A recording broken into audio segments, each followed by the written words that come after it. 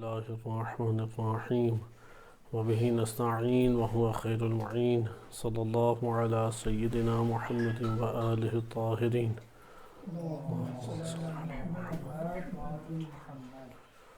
ماہ مبارک رمضان کی مناسبت سے قرآن کریم کے تفسیر موضوعی کے اعتبار سے جس موضوع کا انتخاب کیا گیا ہے وہ قرآن کریم کی نگاہ میں ابلیس اور شیطان کا تعارف اور اس کے احوال کا بیان ہے۔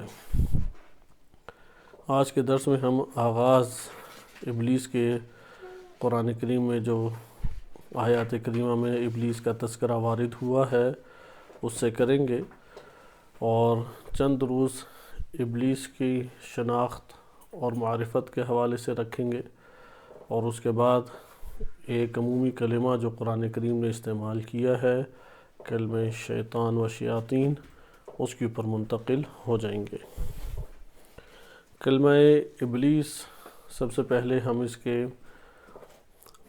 لغوی معنی کو جاننے کی کوشش کرتے ہیں کہ یہ لفظ با لام سین بالاسا اس سے مشتق ہے۔ اکثر اہل لغت قائل ہیں کہ یہ بالاسا سے مشتق ہے اور اسی سے ابلیس بنا، جبکہ بعض قائل ہیں کہ یہ کلمہ بالوس تھا اور بالوس سے یہ کلمہ مشتق ہے، جبکہ بعض نے یہ احتمال دیا ہے کہ یہ کلمہ بالشت سے بنا ہے، با الف لام شین یعنی رباعی ہے، اس سے یہ بنا ہے۔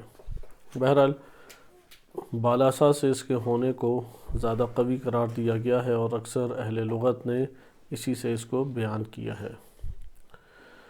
ہم دور قدیم کے یعنی چوتھی پانچویں صدی ہجری کے اہل لغت کی زبانی اس کلمے کے تحقیقی معانی کو ملاحظہ کرتے ہیں۔ چنانچہ اہل لغت میں معروف جو شخصیات ہیں جو چوتھی صدی ہجری میں گزری ہیں، ان میں ایک بڑا نام ابن فارس کا ہے، دوسرا نام اسماعیل بن عباد الجوہری کا ہے، اور اسی طریقے سے صاحب بن عباد یا اسماعیل بن عباد المحیط فی اللغہ کے جو مصنف ہیں، یہ تمام کے تمام مصنفین چوتھی صدی ہجری سے تعلق رکھتے ہیں۔ صحاح میں جوہری لکھتے ہیں کہ ابلس من رحمت اللہ، اللہ کی رحمت سے ابلاس کا ہونا یعنی یائسہ مایوس ہونا، اللہ کی رحمت سے مایوس ہونا۔ پھر اسی سے وہ آگے بیان کرتے ہیں وَمِنْهُ سُمِّيَ ابلیس، اور اسی سے کلمہ ابلیس اخذ ہے، وَكَانَ اسمہ عزازیل، اور اس کا نام عزازیل تھا۔ والابلاس ایضاً الانکسار، ابلاس انکساری کو بھی کہتے ہیں، والحزن، اور غمگین ہونے کو بھی کہتے ہیں، یعنی کہا جاتا ہے ابلس فلان اذا سکت غماً، غم کی وجہ سے اگر کوئی خاموش ہو جائے تو اسے ابلسا سے تعبیر کیا جاتا ہے۔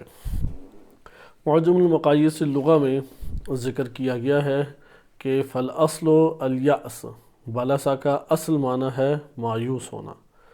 یقال ابلس اذا یأس، جب کوئی شخص مایوس ہو جاتا ہے تو کہا جاتا ہے کہ یہ ابلسا یعنی بلسا سے تعبیر سے کیا جاتا ہے۔ ومن ذالک اشتق اسم ابلیس، اور یہاں سے ابلیس کا نام مشتق کیا گیا ہے۔ کأنہ یئس من رحمت اللہ، گویا کہ وہ اللہ کی رحمت سے مایوس ہو گیا۔ ومن ھذا الباب ابلس الرجل سکت، یہاں سے ہی یہ کلمہ استعمال کیا جاتا ہے ابلس الرجل، یعنی غم کی وجہ سے جو خاموش ہو گیا یا مایوسی کی وجہ سے جو فرد خاموش ہو گیا اسے ابلسا سے تعبیر کیا جاتا ہے۔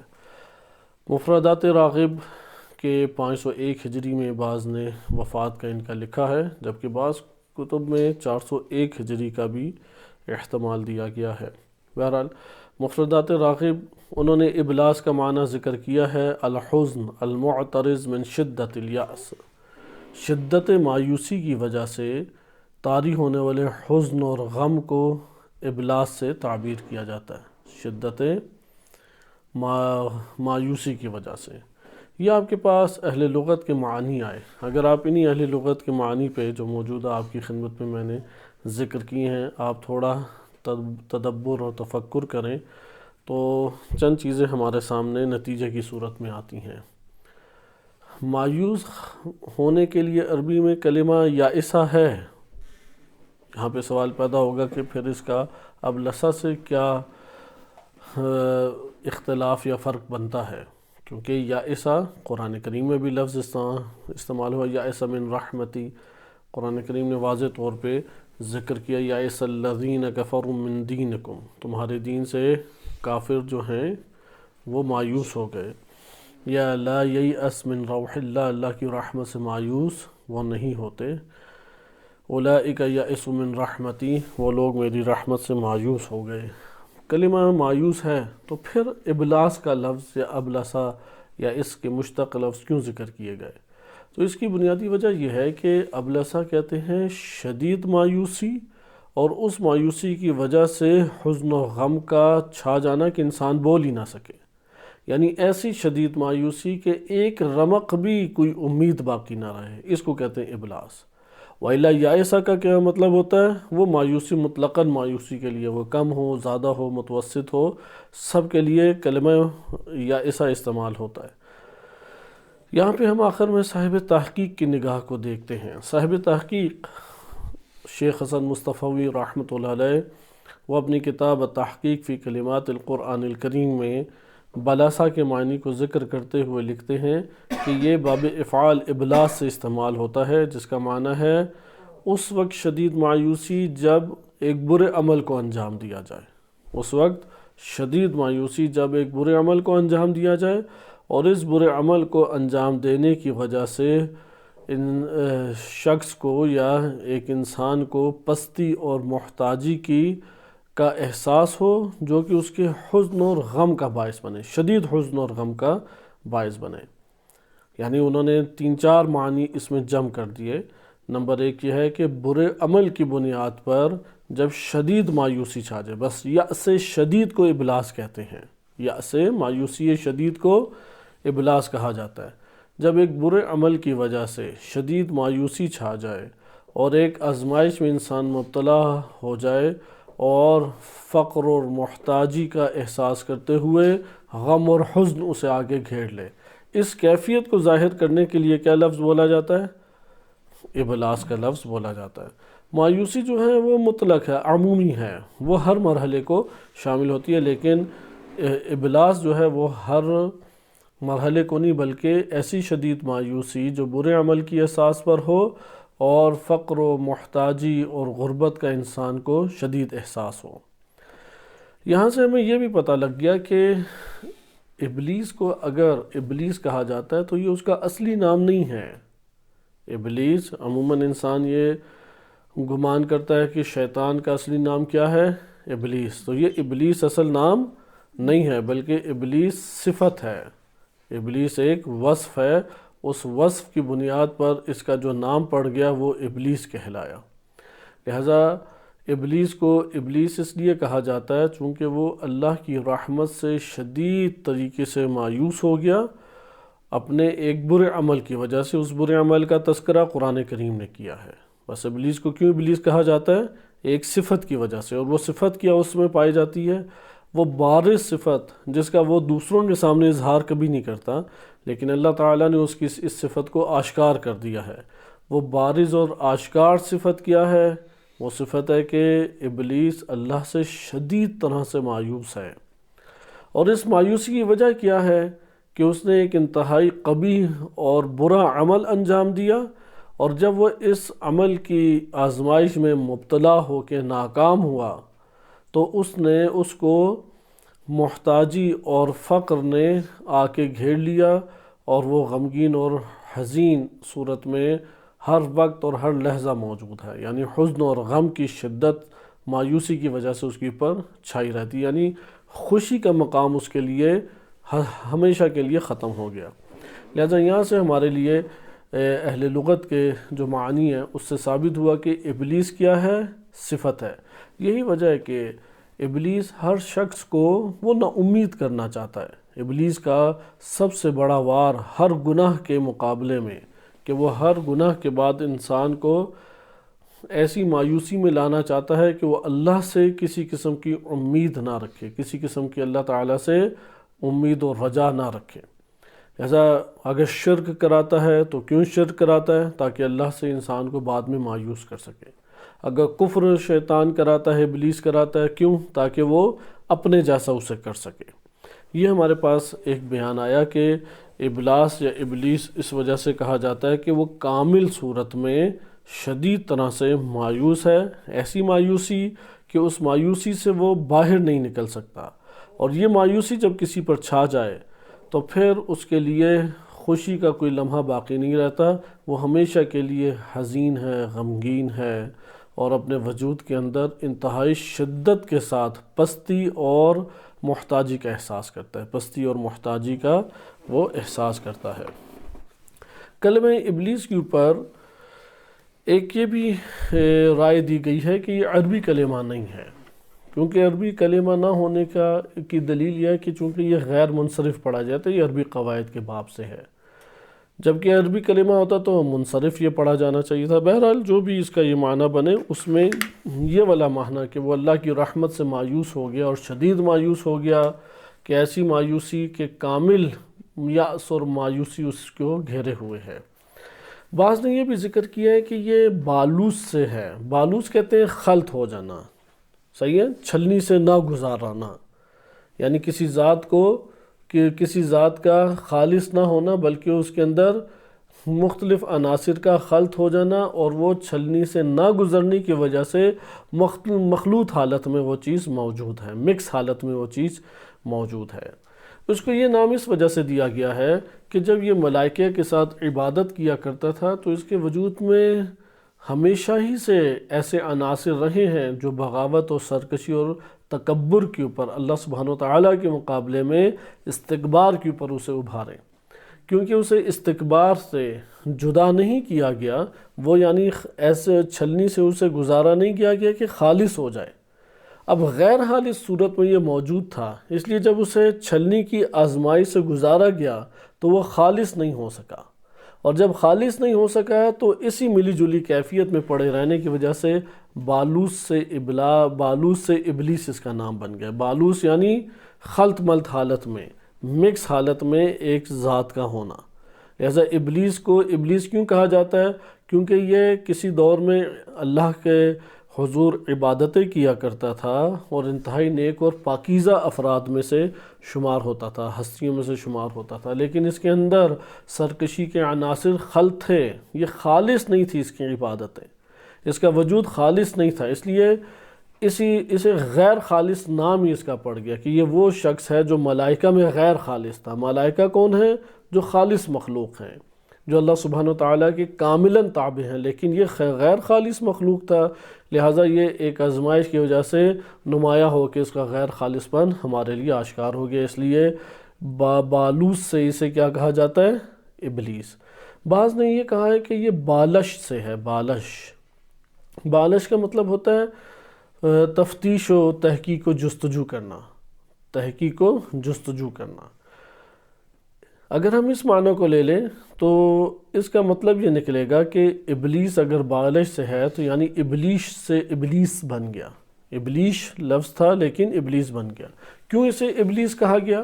اس لیے ابلیس کہا گیا کہ اس کی جب تحقیق اور تفتیش کی گئی تو یہ ایک مجرم صفت شخص اور مجرم صفت ذات نکلی، اس لیے اس کا نام ابلیس پڑ گیا کہ یہ پہچانا گیا اس کے داخل میں، اس کے باطن کے اندر ایک تکبر اور سرکشی اور بغاوت پائی جاتی تھی، لہٰذا جب اس کو تفتیش کیا گیا، جانچ پڑتال کی گئی، تحقیق و جستجو کی گئی تو پتہ لگا کہ یہ باطنی طور پہ ایک غیر الہی شخصیت ہے، غیر الہی ایک ذات ہے باطنی۔ تو ظاہر اس کا یہ تھا کہ بڑا عالم یا بڑا ربانی یا بڑا الہی راستوں کی پر چلنے والی ہستی ہے، لیکن جب تفتیش اور جانچ پڑتال کی گئی تو اس کے برعکس نکلا، اس لیے بالش سے یہ ابلیس اور ابلیس سے ابلیس نکلا۔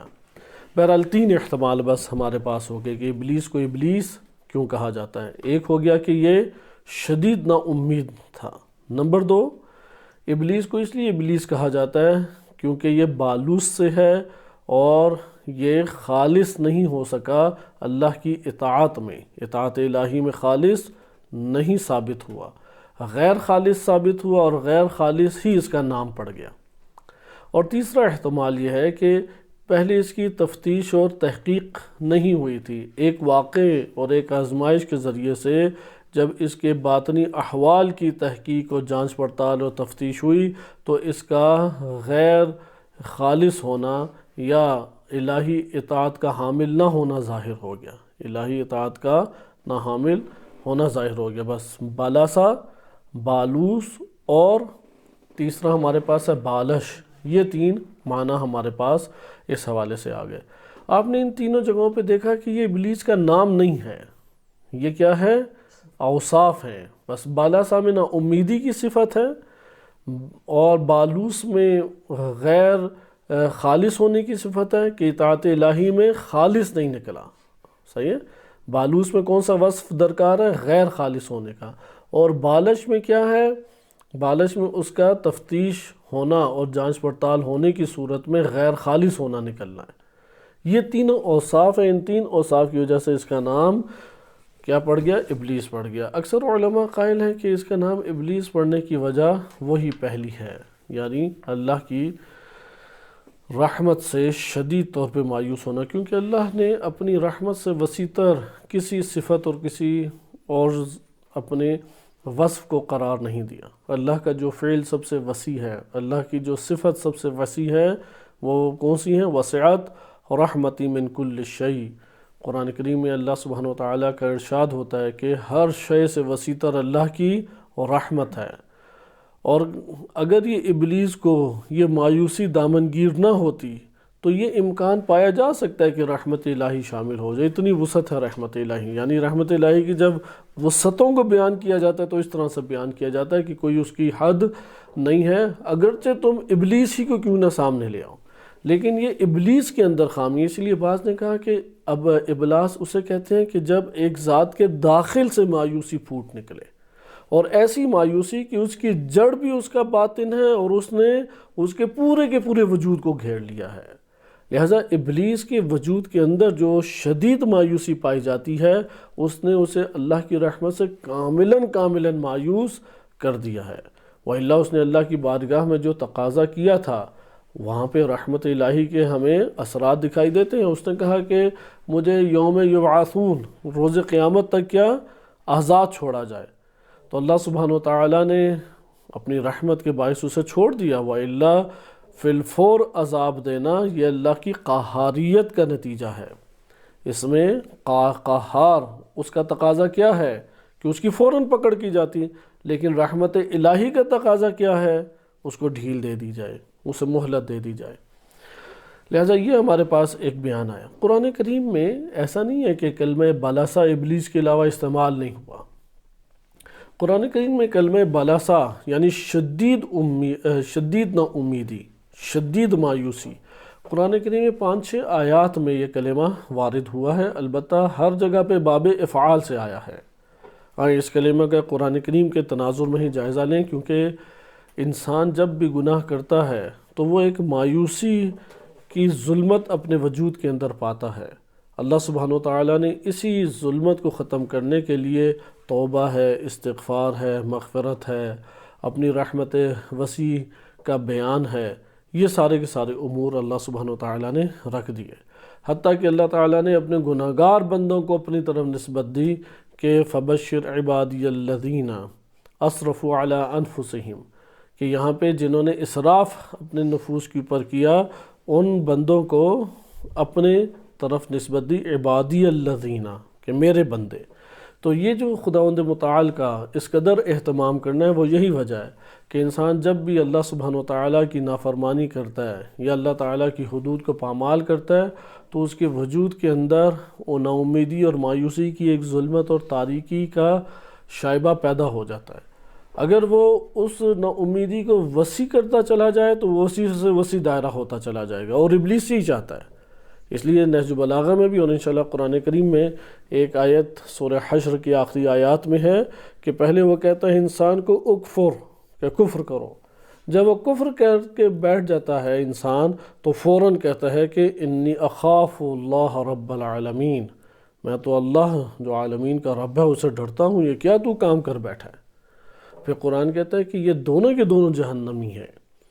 لہذا شیطان ابلیس اس کی تمام کی تمام سازش ہے ہی یہ کہ وہ اول کیا کرتا ہے کہ گناہ کی راہ کے اوپر لگانے کی کوشش کرتا ہے، اس کے بعد پھر وہ اپنے ہی جیسا اسے اور اپنے ہی رنگ میں ڈھالنے کی کوشش کرتا ہے کہ نا امید کر دے۔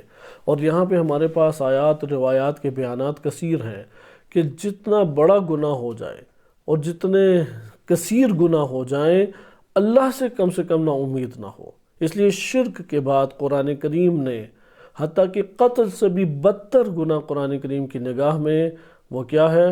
نا امید اللہ سے ہونا۔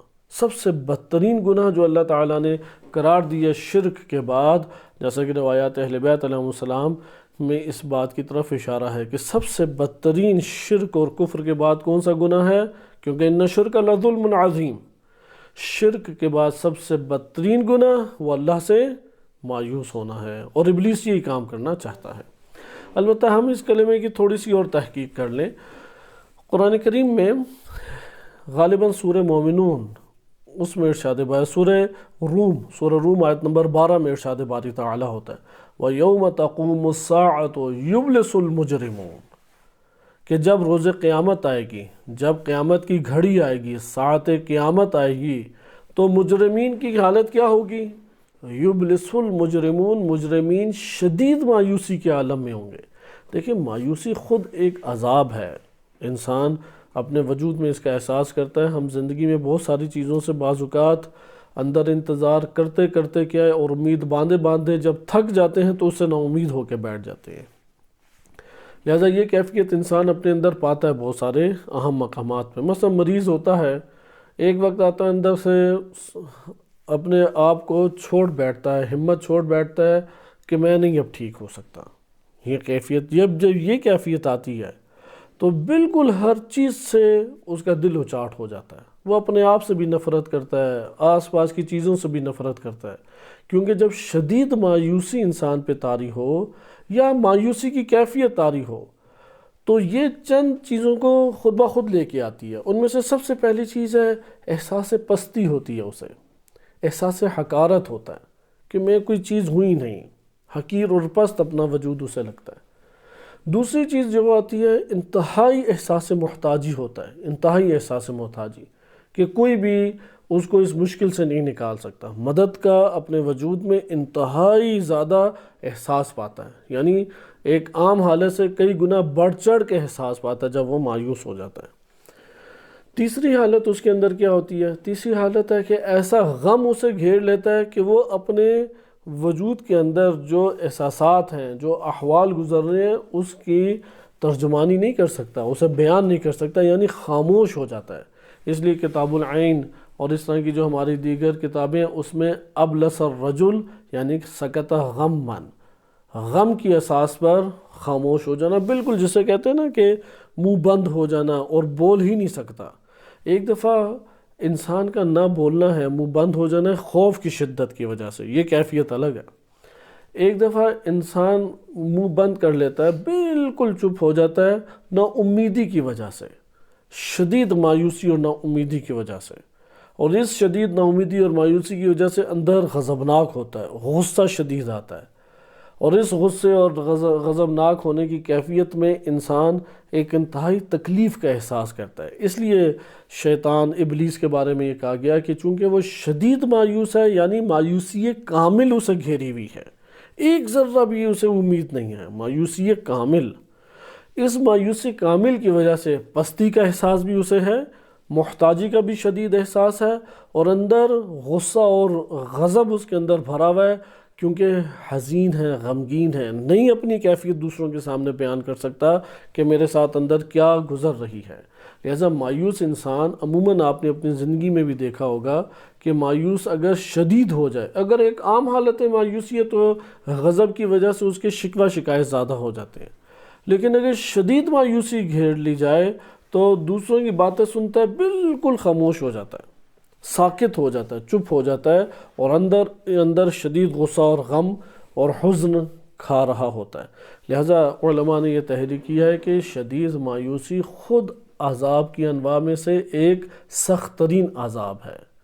شدید مایوسی سخت ترین عذاب ہے، اور مومن کبھی بھی اس مایوسی کی کیفیت میں نہیں آتا۔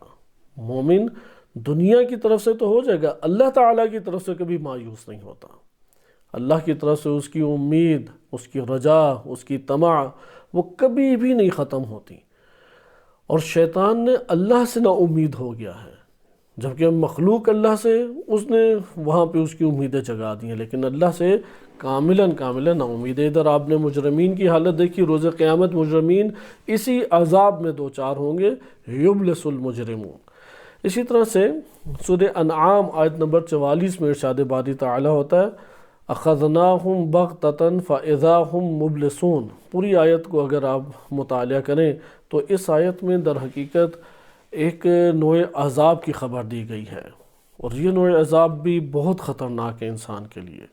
قرآن کی اس آیت کے آغاز میں ذکر یہ ہے کہ جو اللہ سبحانہ و تعالیٰ نے تذکر کے لیے اور ان کے ہدایت کے لیے نصیحتوں کو اتارا اور ان کو یہ حکم دیا کہ اس کو یاد دہانی کریں، لیکن انہوں نے یاد دہانی کی بجائے کیا کیا؟ وَنَسُوا مِمَّا ذُكِّرُوا بِهِ، کہ اس کو انہوں نے فراموش کر دیا جس کی یاد دہانی کرنی تھی۔ اس صفت کی طرف غور کریں گے، صفت کا نتیجہ پھر کیا نکلتا ہے کہ جس چیز کی یاد دہانی اللہ سبحانہ و تعالیٰ نے لازم قرار دی تھی، جن نصیحتوں کو اختیار کرنا اللہ تعالیٰ نے لازم قرار دیا تھا، ان چیزوں کو فراموش کر دیا۔ اب جب فراموش کیا تو اللہ سبحانہ و تعالیٰ نے بھی خوب ان کو نعمتوں میں لے آیا، فوراً ان کی پکڑ نہیں کی۔ کیا اللہ تعالیٰ نے کیا؟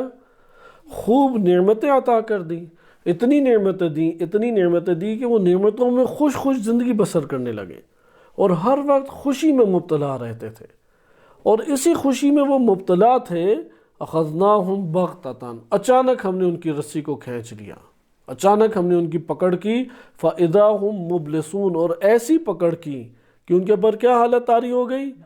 شدید ابلاس کا شکار ہو گئے، شدید مایوسی کا شکار ہو گئے۔ لہذا آپ نے اس آیت کریمہ میں بھی دیکھا کہ اللہ سبحانہ و تعالیٰ کس طریقے سے عذاب دیتا ہے، یعنی وہ افراد جنہوں نے فراموش کر کے، گناہ کر کے، اللہ تعالیٰ کی آیات سے نظر چرا کے، فراموشی کے گناہ نے ان کو اس سطح کی اوپر لے آیا کہ اب ابدی عذاب کا وہ نشانہ بنے۔ لہذا اب اللہ تعالیٰ نے انہیں نعمتیں دی کہ اور فراموشی کے کمال فراموشی تک پہنچے، یعنی اس کمال عذاب تک پہنچے، گرتے گئے یہاں تک کہ وہ اس جگہ تک یا اس سطح اور مرتبے تک پہنچ گئے کہ جہاں پہ مکر الہی انہیں پہنچانا چاہتا تھا۔ جب وہ وہاں تک پہنچ گئے تو یہاں پہ اللہ تعالیٰ نے شدید پکڑ کی، اور جب شدید پکڑ کی تو پہلی حالت ان پر کیا طاری ہوئی؟ فَإِذَا هُمْ مبلسون، وہ شدید مایوسی کا شکار تھے، شدید مایوسی کا شکار۔ یہ ہم نہ سمجھیں کہ یہ والی آیات بس ماضی کے چند لوگوں کے لیے تھی۔ آج کے دور میں آس پاس ہم لوگ اور ہمارے آس پاس کے افراد کے اوپر اس طرح کا کوئی مسئلہ کھڑا نہیں ہوتا یا وہ ان کیفیات میں نہیں گھرتے۔ یہ ہر دور کے انسان کے لیے قرآن کریم ہے۔ قرآن کریم ایک بہتے دریا کی طرح ہے، ایک جاری پانی کی طرح ہے۔ سابق جو تھے وہ استفادہ کر گئے، جنہوں نے جتنا استفادہ کرنا تھا، یہ بحر رواں جو ہے وہ آگے بڑھ جائے گا، اور آگے والے پھر اس سے استفادہ کرتے رہیں گے۔ اسی طرح چند اور آیات میں بھی کلمہ مبلس کا لفظ وارد ہوا ہے، اور قرآن نے اس کلمے کو استعمال کر کے مجرمین کی کیفیات کو بیان کیا ہے کہ مجرمین ان کے ساتھ اللہ سبحانہ وتعالیٰ کیسا سلوک کرے گا۔ یہ قرآن کریم کے تناظر میں کلمہ ابلیس و کلمہ مبلس، اس کا آپ کی خدمت میں تعارف تھا۔ آئیں اب ہم قرآن کریم کی آیات میں منتقل ہوتے ہیں۔ قرآن کریم کی آیات میں ابلیس کے حوالے سے جو کچھ تذکرہ ہے، تقریباً 11 جگہوں پر ابلیس کا لفظ وارد ہوا ہے۔ قرآن کریم میں 11 جگہوں پر ابلیس کا لفظ وارد ہوا ہے۔ ایک آیت کے علاوہ 10 آیات جو اس قرآن کریم میں تعلق رکھتی ہیں وہ ایک ہی واقعے سے مربوط ہیں، اور اس واقعے کا عنوان کیا ہے؟ اس واقعے کا عنوان وہی واقعہ اور آزمائش ہے کہ جس کا تذکرہ قرآن کریم نے کیا کہ اللہ سبحانہ وتعالیٰ نے جب آدم علیہ السلام کو خلق فرمایا تو حکم دیا ابلیس اور ملائکہ کو کہ وہ سجدہ کریں۔ تمام کے تمام ملائکہ نے سجدہ کر لیا، لیکن ابلیس نے کیا کیا؟ استکبار کیا، تکبر دکھایا، اور اس تکبر کے نتیجے میں وہ راندہ درگاہ ہوا اور اللہ سبحانہ وتعالیٰ سے ہمیشہ کے لیے مایوس ہو گیا۔ یہ واقعہ کچھ طولانیت رکھتا ہے اور ہم ساری کی ساری آیات آج کے دن اس حوالے سے نہیں پڑھ پائیں گے۔ اس حوالے سے آپ کی خدمت میں پہلے ہم ایک یعنی قرآن کریم کی آیات میں وارد ہونے سے پہلے ایک عمومی تعارف اس کا کرا دیں، اور پھر قرآن کریم کی آیات کو انشاءاللہ العزیز آپ کے سامنے پیش کیا جاتا ہے۔ الکافی میں ایک روایت وارد ہوئی ہے، اور اس کے بعد یعنی ابلیس کا آدم علیہ السلام سے ٹکراؤ اور اس ٹکراؤ کے نتیجے میں اس دنیا کی اندر زندگی اور زندگی کا آزمائش کا ہونا، یہ آپ کی خدمت میں ابھی بیان کیا جا رہا ہے۔ البتہ سرنامہ کلام ہم ایک آیت کو قرار دیتے ہیں، اور وہ سورہ حجر آیت نمبر 27 سے آیت نمبر 35 تک ہے، 27 سے 35 تک ہے۔ ہم ترتیب سے انشاءاللہ آیات کو دیکھیں گے، جہاں جہاں ابلیس وارد ہوا ہے 11 کی 11 آیات کو مطالعہ کریں گے، لیکن آج کے درس میں ہم پہلی آیت سورہ حجر سے استفادہ کر رہے ہیں۔ سورہ حجر سے استفادہ کرنے کی وجہ بھی آپ کی خدمت میں ذکر کی جائے، کیونکہ ابھی آپ نے ابلیس کا تو تعارف دیکھ لیا۔ یہاں پہ البتہ ایک اور نقطہ کہ ابلیس کے اس ہستی کا، اس ذات کا یہ نام کیوں پڑا ابلیس؟ وہ ایک صفت کی وجہ سے پڑا، اس کے ایک کام کی وجہ سے پڑا، وَإِلَّا نہ شیطان اس کا اصلی نام ہے اور نہ ابلیس اس کا اصلی نام ہے۔ اصلی نام جو عبرانی زبان میں وارد ہوا ہے وہ ہے عزازیل، عین زال الف زال یا لام، عزازیل، یہ اس کا اصلی نام وارد ہوا ہے۔ لیکن اس کا عربی نام کیا ہے؟ ہمارے ہاں بعض روایات سے پتہ لگتا ہے اس کا اصلی نام الحارث ہے یا عبد الحارث ہے۔ اس کا فرشتوں کے درمیان کیا نام تھا؟ حارث۔ اس لیے ہمارے ہاں بعض احادیث میں وارد ہوا اللہ تعالیٰ کو سب سے ناپسند ترین نام وہ 3 نام ہیں، پہلا ہے حارث، دوسرا ہے مالک، اور تیسرا ہے خالد۔ تو حارث اللہ تعالیٰ کو ناپسند ہے۔ البتہ علماء نے پھر بقیہ اس کی توجیہ بھی کی ہے، کیونکہ بہت ساری بزرگ ہستیوں کا نام بھی انہی ناموں میں آیا ہے۔ خلاصہ کلام کہ عبرانی زبان میں ابلیس کا اصلی نام کیا ہے؟ عزازیل، اور اس کا عربی میں کیا نام ہے؟ حارث، اور عربی کے مطابق اس کی کنیت ہے ابو مرہ، ابو مرہ، میم رے کی پرشد اور گولتا، یہ اس کی کنیت ہے۔ یہ آپ کے پاس ایک خلاصتاً بیان آیا۔ اب اس کی زندگانی اور اس کا وہ عمل جس کی وجہ سے اس کا نام ابلیس پڑا، اس کا تذکرہ قرآن کریم کے تناظر میں دیکھتے ہیں، اور پھر اس کا اس زمین کے اوپر نسل کا بڑھنا اور ٹکراؤ جو آدم و بنی آدم کے ساتھ ہے اس کا بیان دیکھتے ہیں۔ اس لیے سورہ حجر آیت نمبر 27 سے 35 آپ کے سامنے یہ آیات پیش کی جاتی ہیں۔ ہم ان آیات کے تناظر میں بعض احادیث سے فقط استفادہ کریں گے۔ آیت نمبر 27 سورہ حجر، ارشاد باری تعالیٰ ہوتا ہے وَالْجَانَّ خَلَقْنَاهُ مِن قَبْلُ مِن نَارِ السَّمُومِ، انسان کی خلقت سے پہلے ہم نے جنوں کو بنایا، لیکن جنوں کو کس سے بنایا؟ زہریلی آگ سے۔ سموم کہتے ہیں سم، زہریلی آگ، من نار السموم، یعنی جنوں کی خلقت انسانوں سے پہلے ہے، اور جنوں کی خلقت کس سے ہے؟ نار سموم سے ہے، یعنی ایک زہریلی آگ سے۔ وَإِذْ قَالَ رَبُّكَ لِلْمَلَائِكَةِ، وہ وقت یاد کیجئے، وہ زمانہ یاد کریں کہ جب آپ کے رب نے ملائکہ کو کہا انی خالق بشراً، کہ میں ایک بشر کو خلق کرنے والا ہوں یا کر رہا ہوں، من صلصال من حمأ مسنون، کھڑکھڑاتی صلصال، یعنی وہ جو آوازیں دیتی ہے مٹی کا، اگر آپ مجسمہ بنائیں نا تو اس کو کھڑا کرنا چاہیں تو وہ پھر سارے اس کے جو تھوڑے سے گیپ ہوتے ہیں، تھوڑی سی دراڑیں ہوتی ہیں، وہ ایک ساتھ ایک چیز ملتی ہے تو کھڑکھڑانے کی پھر آواز آتی ہے۔ تو اس سے تعبیر کیا؟ من صلصال من حمأ مسنون۔ حمأ مسنون کہتے ہیں بدبودار مٹی، جیسے ہوتا ہے نا کیچڑ وغیرہ کئی قسم کی مٹی اگر ملا دیں تو اس میں ایک بدبو پیدا ہو جاتی ہے، تو کھڑکھڑاتی بدبودار مٹی سے یہ جو کھنکھناتی مٹی ہے یہ تب بھی ہوتی ہے کہ جب اس کو آگ میں اتنا پکایا جائے کہ وہ سخت ہو جائے، یعنی کیچڑ جب نرم ہو تب تو اس کے اندر سے کوئی آوازیں نہیں آتی، لہٰذا اسے آگ کے ساتھ تپش دی جاتی ہے یہاں تک کہ وہ کھنکھنانے والی مٹی بن جاتی ہے۔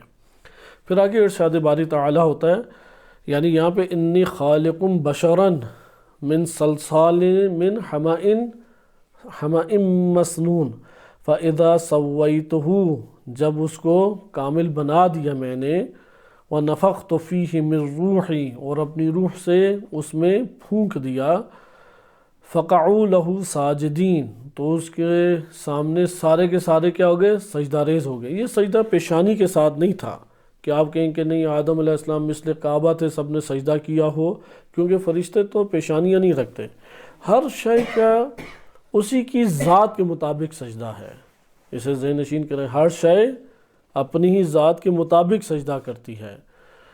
سجدہ اصل میں علامت ہے کمال تواضع و انکساری کا، کہ اس سے آگے کی تواضع اور انکساری کا مرحلہ ہمارے پاس موجود نہیں ہے۔ مٹی کے اوپر انسان کا اپنی سب سے بالا چیز، سب سے باعزت ترین چیز جس کے اوپر انسان فخر کرتا ہے، اور وہ فخر کرنے والی چیزیں محاورتاً بھی استعمال ہوتی ہیں کہ میں نے اس کی پیشانی یا اس کی ناک رگڑ کے رکھ دی، صحیح ہے؟ تو سجدہ وہ چیز ہے جس میں پیشانی اور ناک دونوں ہی تواضع، حقارت، پستی، تذلیل و تذلل ان احساسات کے ساتھ رکھ دی جاتی ہے۔ لہٰذا ذلت کے اعتبار سے اور تواضع کے اعتبار سے سجدے سے بڑھ کر کوئی اور طریقہ کار نہیں ہے، اس لیے سجدہ کہا جاتا ہے۔ اب ہر شے اس کی تواضع، کمال تواضع کا اظہار و انکساری کا اظہار اسی ذات کے مطابق ہے، لہٰذا ملائکہ کا جو سجدہ ہے وہ انہی کی ذات کے مطابق ہے، نہ کہ پیشانیاں رکھ کے اور ناک زمین کی پر رگڑ کے یہ سجدہ کیا گیا۔ فسجد الملائکۃ کلہم اجمعون، اللہ تعالیٰ خبر دے رہا ہے کہ تمام کے تمام ملائکہ، جتنے بھی ملائکہ تھے سب نے کیا کیا؟ سجدہ ریز ہو گئے، یعنی کاملاً سر تسلیم خم کر لیا اور اطاعت کو قبول کر لیا۔ الا ابلیس، اگر کوئی اس دائرے سے باہر نکلا تو کون تھا؟ ابلیس، ادھر لفظ آیا ابلیس۔ ابلیس کا جرم کیا تھا؟ ابا ان یکون مع الساجدین، ابا انکار کر دیا اس نے، یعنی اپنی اس سرکشی اور بغاوت کو ظاہر کر دیا۔ یہ جو جرم ہے بغاوت، یہ وہ جرم ہے کہ جو انسان کو نا امیدی کی طرف لاتی ہے۔ اس کا تعلق دیکھیں، ابا کا تعلق ابلیسیت سے ضرور ہمیں جوڑنا چاہیے، یہاں پہ ایک اہم نقطہ ہے۔ یہی وجہ ہے کہ جو گناہ بھی انسان کرتا ہے اس گناہ میں سرکشی ہوئی یا نہیں، اس گناہ میں اللہ کی اطاعت کا انکار ہوا یا نہیں، اس میں اللہ سبحانہ وتعالیٰ کے فرمان کا انکار ہوا یا نہیں، انکار ہوا، اور ہر انکار وہ نا امیدی کو کھینچ کے لے کے آتا ہے۔ یہاں پہ پھر انسان کو دوسرے مرحلے میں ٹکراؤ شروع ہو جاتا ہے۔ پہلے مرحلے میں اپنی شہوات سے، یا ممکن ہے کہ اپنی اکڑپن سے لڑا ہو، اور اس میں نفس اس کا چھا گیا اور عقل اس کی زیر ہو گئی، اور نفس کی اساس کے اوپر وہ شہوت کا شکار ہو کے یا غضب کا شکار ہو کے معصیت کر بیٹھا۔ یہ ایک لڑائی تھی جس میں ناکام ہوا۔ اب دوسری لڑائی شروع ہو گئی، کیونکہ ہر انکار نا امیدی اور مایوسی کو لے کے آتا ہے، اور جب بھی مایوسی چھاتی چلی جائے یہاں پہ وہ ابلیس کی ولایت میں زیادہ چلا جاتا ہے، جانا زیادہ شروع ہو جاتا ہے۔ لہٰذا آپ نے ملاحظہ کیا کہ اگر کوئی شخص ابلیسیت سے نکلنا چاہتا ہے، شیطانوں کی شیطنت سے نکلنا چاہتا ہے، ولایت شیطان سے فرار کرنا چاہتا ہے، اس کا سب سے پہلا حل کیا ہے؟ اللہ سے امید جوڑ لے، اللہ سے مایوسی کو ختم کر لے، اللہ سے شدید طمع کو جوڑ لے، شدید ایک امید اور آس کو اللہ تعالیٰ سے جوڑ لے۔ جتنی شدت رحمت الہی سے ملحق ہوتی چلی جاتی ہے اتنا ولایت شیطان سے انسان دور ہوتا چلا جائے گا۔ ابا یکون مع الساجدین قال یا ابلیس، دیکھیں اسی آیات میں 2 دفعہ ابلیس آ گیا۔ اللہ سبحانہ وتعالیٰ نے ابلیس کو خطاب کر کے کہا، یا ابلیس ما لکا، کیا تجھ کو ہو گیا، اللہ تکون مع الساجدین، سجدہ نہیں کر رہا تو؟ قالا، اب اپنی دلیل پیش کی اس نے. اس دلیل سے بڑا استفادہ ائمہ علیہ السلام کی احادیث میں کیا گیا، یعنی اس نے قیاس کیا. پہلا شخص جس نے قیاس کیا وہ یہی تھا. تو ابلیس نے جواب دیا، لم اکن لاسجد لبشر، میں کہاں اس بشر کو سجدہ کروں، خلقتہ من صلصال من حمأ مسنون، بدبودار مٹی سے، کھنکھناتی مٹی سے تو نے اس کو خلق کیا ہے، اس بشر کو میں سجدہ نہیں کر سکتا. یعنی یہاں پہ کیا اس نے کیا؟ پہلے اللہ کی نافرمانی کی یا پہلے آدم علیہ السلام کے مقابلے میں تکبر کیا؟ دو میں سے کون سا ہے؟ دونوں ہی استکبار ہیں. انشاءاللہ یہ آگے آئے گا. تکبر کی دو قسمیں ہیں. ایک دفعہ اللہ تعالیٰ کے فرمان یا حق کے مقابلے میں جو اکڑ جانا ہے یا حق کا انکار کرنا یا ہٹ درمی دکھانا ہے، یہ تکبر ہے. یہ سب سے بدترین تکبر ہے. دوسرا تکبر یہ ہے کہ اللہ کی مخلوق میں کسی کے سامنے اپنی بڑائی کا احساس کرنا اور دوسرے کو حقیر جاننا ہے. یہاں پہ ہر دو تکبر موجود ہیں، لیکن جو بڑا تکبر ہے وہ پہلے اس نے کیا، اس لیے ابا کا کلمہ پہلے آیا ہے. اس نے انکار کیا. یہ جو انکار ہے یہ حق کے مقابلے میں تکبر ہے. بس حق سے منہ موڑنا یہ تکبر ہے، یہ استکبار ہے. اور دوسرا کیا کیا کہ آدم کو اپنے سے پست خیال کیا. پس یہاں پہ قیاس کیا. آگ نورانی ہوتی ہے اور اس نورانیت کی بنیاد کے اوپر اس نے آگ کو بالاتر قرار دیا، اور بدبودار مٹی اور کھنکھناتی مٹی سے جو اللہ سبحانہ وتعالیٰ نے آدم کا پیکر بنایا، اس پیکر کے مقابلے میں اس نے نار سے قیاس کیا. بعض نے لکھا ہے کہ اس نے غلط قیاس کیا. اگر وہ اس بدبودار مٹی کے باطن میں جھانک کے، پیکر میں جھانک کے نورانیت کا مشاہدہ کرتا تو یہ نورانیت اس کو تسلیم خم کرنے پہ مجبور کر دیتی کہ کیا عظیم نورانیت اس پیکر خاکی کے اندر اللہ تعالیٰ نے سما دی ہے. اصلاً اس کو اس کی طرف توجہ اس کی نہیں گئی. قال لم اکن لاسجد لبشر، کہ میں نہیں ایسے بشر کا سجدہ کر سکتا، خلقتہ من صلصال من حمأ مسنون، کہ جس کو تو نے بدبودار کھنکھناتی مٹی سے خلق کیا ہے.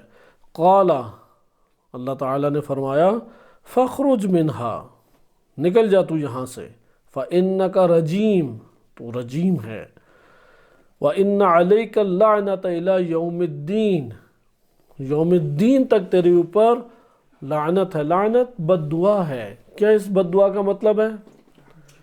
رحمت الہی سے دور ہونا، محروم ہونا یا اللہ کی رحمت سے دور ہونا. لہذا تو روز قیامت تک اللہ کی رحمت سے دور ہے، اور اس دعا کا حقیقی کیا ہمارے پاس مصداق ہے؟ خود اس کا مایوس ہونا. یہاں پہ ایک سوال پیدا ہوتا ہے، یہ کون سے آدم تھے؟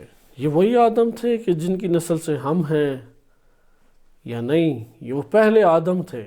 اس کے بعد کئی سو آدم یا کئی ہزار یا کئی آدم گزرے ہیں. ایک معتبر حدیث میں وارد ہوا ہے کہ امام باقر علیہ السلام سے پوچھا گیا کہ آدم سے پہلے کیا تھا؟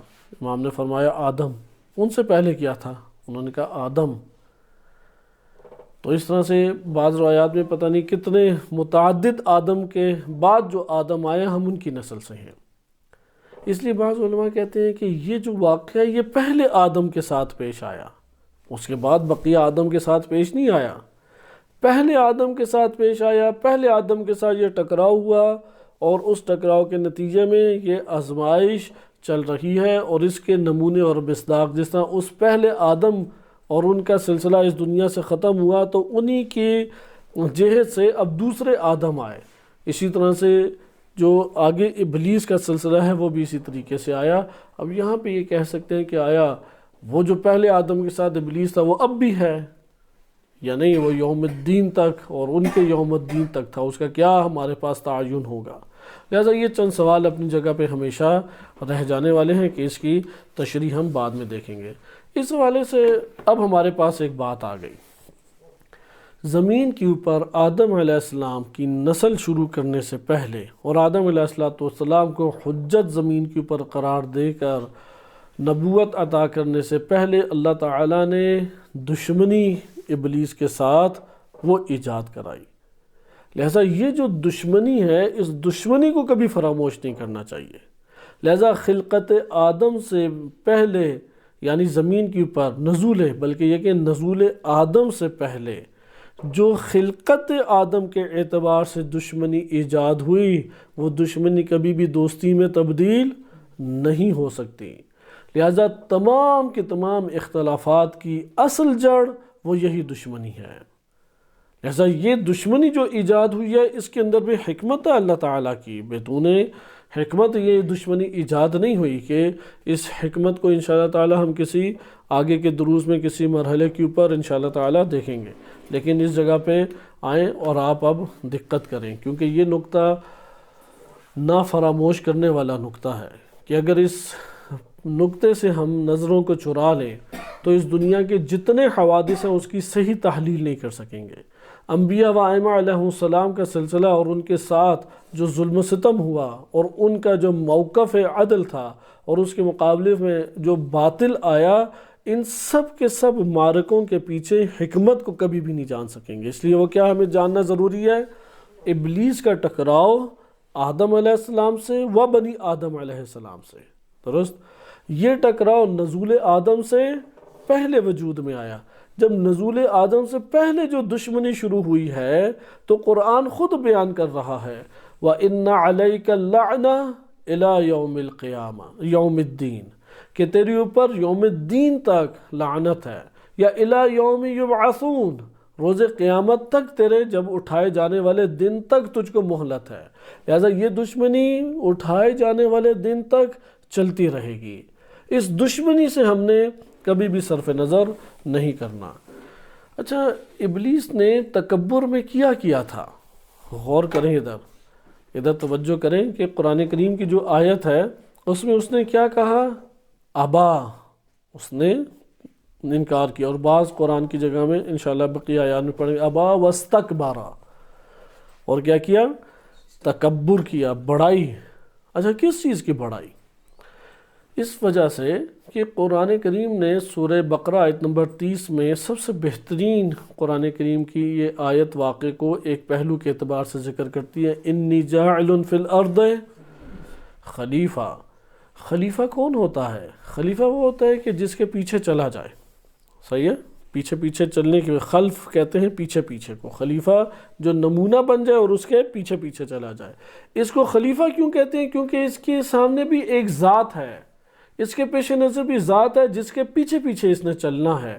اس کے پیچھے پیچھے چلے گا تو وہ جو آگے والی ذات ہے اس کے اوصاف اپنے دائرۂ حد میں رہتے ہوئے وہ حاصل کرے گا۔ پھر اس خلیفہ کے پیچھے پیچھے بقیہ اس کی اولاد و بنی آدم چلیں گے۔ لہٰذا اللہ نے زمین پہ خلیفہ کسے قرار دیا؟ آدم علیہ السلام کو۔ خلیفہ کا تقاضا کیا ہے؟ سارے کے سارے اس کے سامنے جھک جائیں۔ لہٰذا قرآن میں آیا بھی ہے کہ وَنَفَخْتُ فِيهِ مِن رُوحِي، جب اللہ نے اپنی روح سے اس کے اندر پھونک دیا تو فَقَعُوا لَهُ ساجدین، سارے کے سارے کہاں پہ پڑ گئے؟ اس کے سامنے حالت سجدہ، یعنی سر تسلیم خم۔ اس نقطے کو ملاحظہ کریں، خلیفہ کی بالاتری خلافت اور حاکمیت ہوگی اور اس کے مقابلے میں جتنے بھی ہیں وہ سر تسلیم خم اور مطیع ہوں گے۔ یعنی راج کس کا چل رہا ہوگا؟ خلیفہ کا چل رہا ہوگا، اور خلیفہ کا راج چلے گا تو جتنے ملائکہ ہیں و جتنی سلطنت الہی ہے وہ اس کے تابع ہوگی، نہ کہ اس کے مقابل ہوگی۔ بات واضح ہے؟ یہ بات قبول نہیں تھی ابلیس کو۔ ابلیس نے کہا کہ میں خلیفہ ہوں، میری چلنی چاہیے، میں بشر سے افضل ہوں، میں اس کا کہنا کیوں مانوں؟ یہ ہوتا ہے نا، عام ہمیں اپنے برابر پہلے قرار دیتے ہیں یا اپنے آپ کو افضل قرار دیتے ہیں، پھر اگلے سے جا کے ٹکراتے ہیں کہ یار تم بھی درس پڑھاتے ہو، میں بھی درس پڑھاتا ہوں، میں تمہارے ساتھ کیوں چلوں؟ میں بھی عبادات کرتا ہوں، تم بھی عبادات کرتے ہو، تو میں تمہارے ہمراہ کیوں چلوں؟ میں کیوں تمہاری بات مانوں؟ میں تمہارے ماتحت کیوں آ جاؤں؟ لہذا اصل یہ ہے کہ اللہ سبحانہ وتعالیٰ نے کسی کو کسی کے ماتحت قرار نہیں دیا، نمبر 2۔ پھر اللہ جس کو خلیفہ قرار دے اور خلیفہ قرار دینے کے بعد سب کو اس کے ماتحت قرار دے دے، تو یہاں پہ تقاضا کیا ہے؟ اللہ سبحانہ و تعالیٰ کی حاکمیت، اس کے مالک ہونے کا تقاضا، اس کے خالق ہونے کا تقاضا یہ ہے کہ خلیفہ کو خلیفہ مان لے اور سر تسلیم خم ہو جائے۔ اس لیے آدم علیہ السلام کو خلیفہ ماننا اور اس کے سامنے سر تسلیم خم ہونا حقیقت میں کس کی اطاعت ہے؟ اللہ سبحانہ و تعالیٰ کی اطاعت ہے۔ لہٰذا جب اللہ کے خلیفہ کا انکار ابلیس نے کیا تو یہاں پہ ابلیس اندر سے مدعی ہے کہ میں اس روئے زمین کے اوپر حاکم ہوں، میں اس روئے زمین کے اوپر خلافت کو بناؤں گا، میں اس روئے زمین پہ سب کو اپنے تابع چلاؤں گا۔ لہٰذا وہ یہاں پہ اللہ کے خلیفہ کے مقابلے میں آیا، اور اللہ کے خلیفہ کے مقابلے اور اس کے توسط سے اللہ کے مقابلے میں آیا۔ براہ راست اس نے اللہ سے ٹکراؤ نہیں لیا، بلکہ آدم علیہ السلام کے مقابلے میں آ کر اس نے اللہ تعالیٰ سے ٹکراؤ لیا ہے۔ لہٰذا کرۂ ارض کے اوپر اصل جھگڑا کس کے درمیان چلتا رہے گا؟ اللہ کے خلیفہ اور ابلیس کے درمیان، ڈائریکٹ ابلیس کے درمیان۔ اس جملے کو ذہن نشین کریں کہ اصل جھگڑا کرۂ ارض کے اوپر الی یوم یبعثون یا الی یوم الدین کس کے درمیان چلتا رہے گا؟ اللہ کے خلیفہ اور ابلیس کے درمیان جھگڑا چلتا رہے گا۔ اس جھگڑے میں جس نے اللہ کے خلیفہ کے سامنے سر تسلیم خم کر دیا، یہ ملائکہ کی صنف میں یا ان سے افضل قرار پائے گا، اور یہ اللہ کا تابع ہے، یہ اللہ کے اوپر ایمان لانے والا ہے۔ اس لیے وہ افراد جو اللہ کے خلیفہ کو چھوڑ کے عبادات بجا لاتے ہیں، بے شک نمازیں پڑھیں، روزے رکھیں، اعتکاف میں بیٹھیں، طواف کریں، حج کریں، عمرہ کریں، یہ سارے کے سارے کس کے پیروں کہلائیں گے؟ ابلیس کے پیروں کرائیں گے، کیونکہ خلیفہ کے تابع نہیں چل رہے۔ یہاں پہ ایک اور دلچسپ نکتہ کہ اس کا بھی ہمارے پاس وقت نہیں ہے، لیکن اس طرف بھی آپ کی توجہ رہے۔ قرآن نے جب یہ کہا کہ تمام کے تمام ملائکہ، کہ قرآن نے واضح طور پہ کہا فَسَجَدَ الْمَلَائِكَةُ كُلُّهُمْ أَجْمَعُونَ، تاکید در تاکید، فَسَجَدَ الْمَلَائِكَةُ کلہم اجمعون، تمام کے تمام ملائکہ کیا کیا؟ انہوں نے سجدہ ریز ہو گئے جناب آدم علیہ السلام اللہ کے خلیفہ کے پاس۔ پھر سورہ بقرہ کی نیچے آیات میں کیا ہے؟ وَعَلَّمَ آدَمَ الْأَسْمَاءَ كُلَّهَا، سب کے سب اسماء آدم کو تعلیم دے دیے۔ کیا مطلب؟ اب عملاً اللہ تعالیٰ نے آدم علیہ السلام کو اس نہج پر پہنچا دیا، انسان کامل بنا کے تمام کی تمام خلقت جتنی عظیم کہکشائیں ہوں، جتنی عظیم سلطنت الہی ہو، ساری کی ساری سلطنت کو کس کے تابع عملاً قرار دے دیا؟ آدم علیہ السلام خلیفۃ اللہ، انسان کامل کے ماتحت قرار دے دیا۔ لہٰذا اب گنجائش کسی کے پاس آدم علیہ السلام سے آگے نکلنے کی اصلاً رہی ہی نہیں۔ جب علم آدم الاسماء کلہا ہو گیا، کہ اس کو کسی اور مورد میں انشاءاللہ مفسرین کی زبانی ذکر کیا جائے گا۔ یہ یہاں پہ اب زمین کے اوپر آپ آ جائیں۔ زمین کے اوپر دو جھگڑے اصل میں چل رہے ہیں، ایک جھگڑا اصل میں چل رہا ہے۔ اصل جھگڑا کیا چل رہا ہے؟ ایک جو اللہ کا خلیفہ ہے وہ کیا چاہتا ہے؟ زمین کے اوپر اللہ کی حکومت قائم ہو، اللہ کی خلافت قائم ہو، اللہ کا حکم قائم ہو، اللہ کے قوانین قائم ہو۔ کیوں؟ کیونکہ یہ بندگان اللہ کے ہیں، یہ زمین اللہ کی ہے، یہ حکم اللہ کا ہے، اور اللہ تعالیٰ ہی مالک ہے۔ اس لیے وہ اپنی مملکت میں جس طرح کی حکومت چاہے گا، خلیفۃ اللہ اس طرح کی حکومت اور احکام کو نافذ کرے گا۔ اس کے مقابلے میں ابلیس، جس نے استکبار کیا، جس نے تکبر کیا، جس نے اپنے آپ کو خلافت کے منصب کے اوپر فائز سمجھا، وہ اس دنیا میں کیا چاہتا ہے؟ وہ یہ چاہتا ہے کہ میں حاکم اس دنیا میں ہوں اور میرے ماتحت چلے۔ وہ کہتا ہے بے شک مولوی بن جاؤ، میرے ماتحت چلو، بے شک تم عزادار بن جاؤ، میرے ماتحت چلو، بے شک تم حاجی اور زائر بن جاؤ، میرے ماتحت چلو، بے شک تم غیر مسلم بن جاؤ، میرے ماتحت چلو، چلو کلمہ پڑھنے والے بن جاؤ، چلو اہل بیت علیہ السلام کے ماننے والے بن جاؤ، چلو میرے ماتحت۔ لہٰذا جو خلافت و حکومت اسلامی کے باب سے دین کو قبول نہیں کرتا اور وہ خلافت شیطان میں زندگی بسر کرتا ہے، حکومت شیطان و حکومت ابلیس کو قبول کر لیتا ہے اپنے وجود میں، وہ در حقیقت ولایت ابلیس میں زندگی بسر کر رہا ہے۔ کیوں؟ کیونکہ اس کرۂ ارض کے اوپر دو حکومتیں، دو دولتیں نہیں ہو سکتی، حکومت و دولت ایک ہی بنے گی۔ ہم نے انتخاب کرنا کہ ہم کس میں سے ہیں، یعنی یہ دو کشتیوں کا سوار نہیں بن سکتا، وہ نام لے کے جو بھی اظہار کرے ایک کشتی کا سوار بنے گا، اور اس کی طرف الکافی کی روایت اشارہ کرتی ہے، اور اسی روایت کے اوپر ہم اس درس کا اختتام کریں گے۔ الکافی میں کتاب الایمان والکفر میں باب الاذاعہ ہے، باب نمبر 160 ہے، اس کی حدیث نمبر 11 ہے۔ ابو خالد کابلی امام صادق علیہ السلام سے ایک روایت نقل کرتے ہیں، بہت دلچسپ روایت ہے یہ، جو ہمارے اس مطلب کو آشکار، ویسے تو قرآن کریم نے بھی اس واقعے کے ذریعے آشکار کیا کہ نزول آدم سے پہلے منصب خلافت کے اوپر ابلیس نے حملہ کر کے ٹکراؤ اختیار کیا اور راندہ درگاہ ہوا، لیکن نزول آدم علیہ السلام کے بعد اب عملی میدان جنگ بن گیا، اور یہی ابتلا ہے۔ ابلیس اپنی دولت میں لوگوں کو لانے کے لیے، افراد کو لانے کے لیے تمام کے تمام حربے استعمال کرتا ہے، اور یہاں پہ اللہ تعالی خلیفۃ اللہ کی ولایت میں لانے کے لیے خلیفۃ اللہ کی اطاعت کرا کے یا خلیفۃ اللہ کی حاکمیت کے ذریعے سے بندگان کو اپنی ولایت میں لے کے آتا ہے۔ بس خلیفۃ اللہ کی ولایت اللہ کی ولایت ہے، اور خلیفۃ اللہ کے مقابلے میں جو بھی ولایت بن جائے اسلام کے نام پہ بنے یا کفر کے نام پہ بنے، وہ ولایت ابلیس کہلائے گی۔ امام صادق علیہ السلام فرماتے ہیں ان اللہ عز وجل جعل الدین دولتین، اللہ نے دین کو دو دولتیں قرار دیا ہے، دو دولتیں، دو حکومتیں قرار دیا ہے، دو مملکتیں قرار دیا ہے۔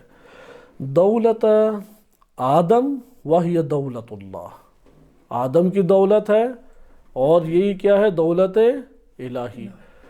اگر آدم کی دولت ہے، آدم کا تو انتقال ہو گیا، اب کون ہے آدم علیہ السلام کی جگہ کے اوپر جو ان کا قائم مقام قرار پائے، جو ان کا خلیفہ قرار پائے، جو ان کے بعد حجت قرار پائے؟ تو آج ان ہستی کا نام کیا ہے؟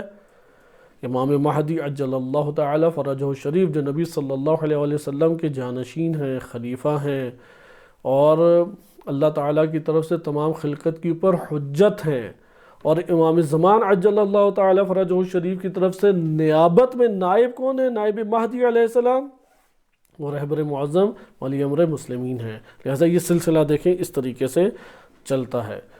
وہی دولت اللہ، اور دوسری کیا ہے؟ وہ دولت ابلیس، واضح طور پہ روایت میں بیان کیا، دوسری دولت کیا؟ دولت ابلیس۔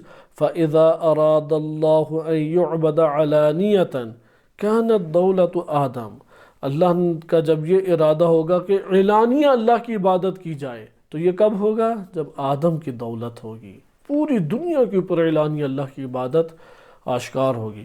وَإِذَا أَرَادَ اللَّهُ أَن يُعْبَدَ فِي السِّرِّ، اور جب ارادہ الہی یہ رہا کہ پوشیدگی میں بھی اللہ کی عبادت انجام دی جائے، کانت دولت ابلیس، تو پھر دولت ابلیس چھائی ہوئی ہوگی، اس کی تاریکیاں چھائی ہوئی ہیں۔ وَالْمُذِيعُ لِمَا أَرَادَ اللَّهُ سَطْرَهُ مَارِقٌ مِّنَ الدِّينِ، یہ پھر آگے ایک اور روایت آ جاتی ہے جو اللہ آشکار کر دے، جو اللہ کے ارادہ ہے، اراد اللہ سطرہ، یعنی اس کے خداوند متعال نے جو چاہا ہے اس کو وہ واضح طور پہ آشکار کر دے، تو وہ دین سے خارج ہے۔ اس کی تشریح اپنی جگہ ہونے والی ہے، لیکن اس سے پہلے والا شاہد مثال ہمارے اسی باب سے ہے۔ اب جب یہ بات آپ کو معلوم ہوگی، دیکھیں زمین ایک ہے، زمین کی پر جو نعمتیں اگ رہی ہیں، درخت ہیں، فصلیں ہیں، چرند پرند ہیں، پانی کے ذخائر ہیں، پہاڑ ہیں مختلف انواع و اقسام کے، ریگستان ہیں، بنجر مٹی کے بڑے بڑے ویرانے ہمارے پاس موجود ہیں، بڑے لق و دق صحرا ہیں، اسی طرح سے بڑی بارانی قسم کی اور زرخیز زمینیں ہیں۔ یہ ساری کی ساری نعمتیں اس کرۂ ارض پر ہیں، اور اس کے اوپر بندگان الہی نسل در نسل پھیلے ہوئے ہیں۔ اگر دولت ابلیس ہو تو یہ سارے کے سارے وسائل وہ کس کے لیے استعمال ہوں گے؟ ابلیس کی اطاعت کے لیے۔ کس کی اطاعت کے لیے؟ ابلیس کی اطاعت کے لیے، ابلیس کے مقاصد کے لیے۔ اور ابلیس کا مقصد کیا ہے؟ اللہ سے مایوس کر دینا، اللہ سے نا امید کر دینا۔ اور ابلیس اللہ سے مایوس اور نا امید کس کے ذریعے کرتا ہے؟ اللہ کی معصیت کرا کے، اللہ کے نافرمانی کرا کے، یہ ایک ربط آپ کے سامنے جڑ جاتا ہے کہ زمین اسی طرح رہے گی۔ مثلا آپ نے اللہ تعالیٰ نے انگور کا درخت اگایا، ابھی انشاءاللہ اب آئندہ کے درس میں ہم یہ پڑھیں گے، ابلیس کیا کرے گا؟ اسے شراب بنوا دے گا۔ اللہ سبحانہ و تعالیٰ نے بڑے اچھے خاندان خلق کیے اور ان میں بھائیوں کی اخوت رکھ دی، ابلیس کیا کرے گا؟ بھائیوں کو لڑا کے قتل کر دے گا۔ اسی طریقے سے اللہ تعالیٰ نے بڑی بہترین بستی کو آباد کیا اور اس کے اندر انتہائی دینداری اپنی اوج پہ پہنچ گئی، ابلیس کیا کرے گا؟ وہاں پہ اس نے لواط جیسے قبیح ترین گناہ کی اساس رکھ دی۔ بس آپ نے دیکھا کہ اگر ابلیس کی حاکمیت ہو تو تاریکیاں کیسے آئیں گی؟ گناہ کے ذریعے۔ گناہ کا مقصد کیا ہے؟ ولایت الہی قائم نہ ہو، اور ولایت الہی قائم نہ ہو تو پھر اس کی خلافت چلے گی، اور اس کی خلافت جب چلے گی تو یہ نا امید کرنا چاہتا ہے، جتنا اللہ سے نا امید کر دے اتنا ولایت میں وہ جڑیں اس کی محکم ہوتی چلی جائیں گی۔ تو یہ ٹکراؤ ہے خلیفۃ اللہ اور خلافت ابلیس کے درمیان۔ باقی انشاءاللہ تعالیٰ اگلے درس میں ہم پڑھیں گے کہ یہاں پہ ابلیس کی معرفت ہونا ضروری ہے۔ اگر ہمیں ابلیس کی صحیح معرفت نہ ہو اور اس کے طور طریقوں اور کارکردگی کی صحیح معرفت نہ ہو تو ہم نہیں جان سکیں گے کہ کیسے ولایت ابلیس سے ٹکرائیں، کیونکہ اسے دشمنی کرنی ہے ہم نے، اور کس طرح سے خلافت اللہ و خلیفۃ اللہ اس سے اپنا تعلق جوڑیں۔ بس ہمارے لیے پہلے نماز روزہ نہیں ہے، بس ہمارے لیے پہلے احکام شریعت نہیں ہے، ہمارے لیے پہلے کیا ہے؟ اللہ سبحانہ وتعالیٰ کے خلیفہ ہے، یعنی نبی صلی اللہ علیہ وآلہ وسلم خاتم الانبیاء والمرسلین، ان کے اوپر پہلے ایمان لانا ہے، ان کے جانشینوں سے پہلے تعلق جوڑنا ہے، اس کے بعد ہمارے لیے مشخص ہوگا کہ اطاعت الہی کیا ہے۔ اس سے پہلے ہم تشخیص نہیں دے سکیں گے، کیونکہ خلافت الہی کو خلافت ابلیس سے، دولت آدم کو دولت ابلیس سے ٹکراؤ میں آنا چاہیے، جس کے دین فہمی کے اندر اور امور زندگانی کے اندر یہ ٹکراؤ پیدا نہیں ہوتا کہ وہ حکومت الہی و خلافت الہی اس سے اپنا واسطہ جوڑ کے شیطان سے دشمنی نہ کرے، وہ حقیقت میں خلافت ابلیس میں ہی زندگی بسر کر رہا ہے۔ صحیح طریقہ کار کیا ہے کہ اپنا تعلق پہلے خلافت الہی و خلیفہ و حجت الہی سے جوڑو، اور اس سے جوڑ کر اپنا تعلق جوڑ کر اطاعت کے زور کے اوپر شیطان سے دشمنی کو ایجاد کرو۔ وصلی اللہ علی سیدنا محمد وآلہ الطاہرین۔